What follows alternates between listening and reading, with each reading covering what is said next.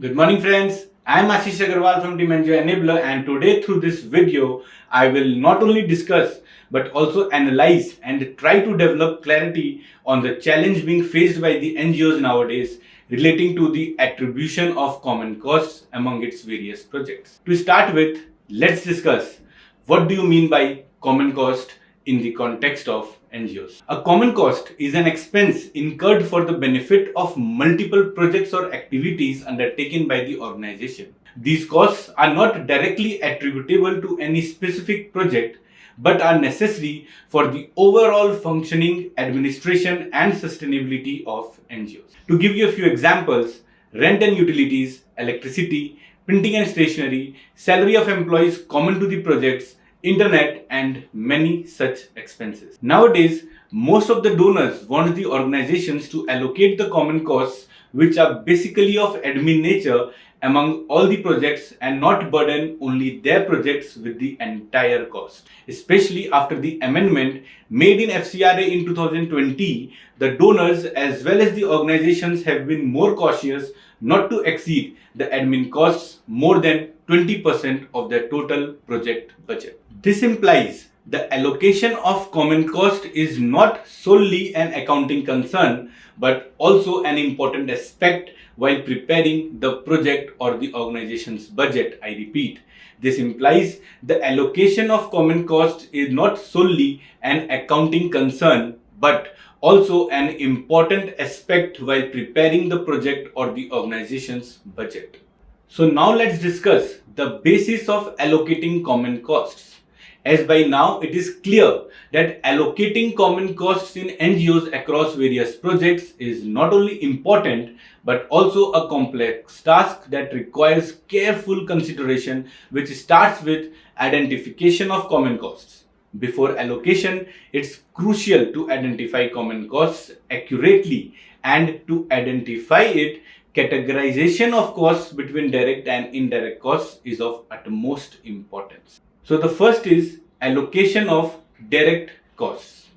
Some common costs can be directly allocated to the specific projects if there is a clear and direct relationship between the cost and the project. These costs are directly aligned to the execution or implementation of a specific program and thus can be directly allocated to it. For example, if a portion of the staff time is spent exclusively on one project, his or her salary can be directly allocated to that project. Similarly, rent, electricity, etc. of the project office, travel expenditure related to the project and many more of such expenses can be directly attributed to the project. Then comes allocation of indirect costs. Many common costs cannot be directly traced to the specific projects and are considered to be indirect in nature, which are necessary for the overall functioning and support of the organization and its programs.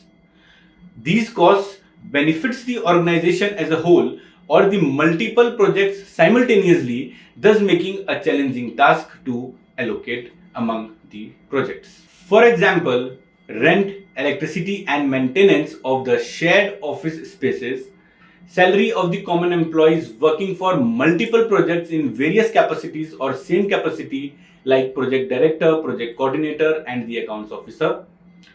Allocating these costs are based on many factors and typically requires the use of allocation methods or predetermined basis may be decided through the policy passed by the governing board.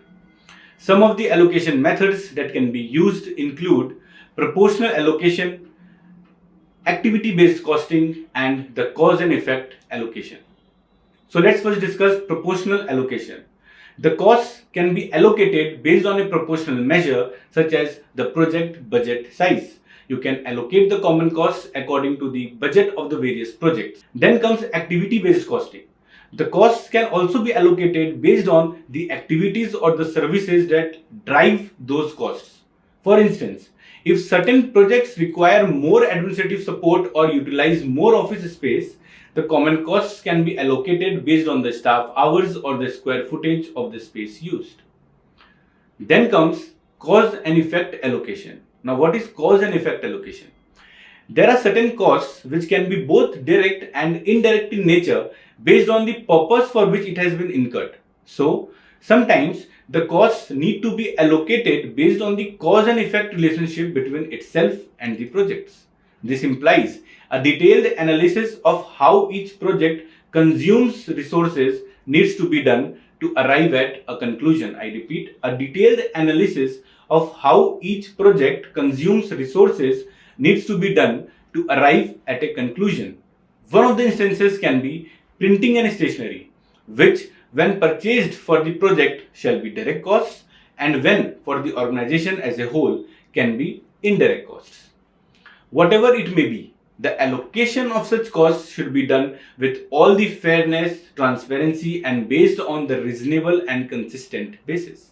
By following proper guidelines and adopting a systematic approach to common cost allocation by having a written organizational policy on the subject, NGOs can enhance the financial transparency, accountability, and efficiency in managing the resources across multiple projects. I repeat, by having a proper guideline and adopting a systematic approach to common cost allocation, by having a written organizational policy on the subject, NGOs can enhance the financial transparency, accountability, and efficiency in managing the resources across various projects.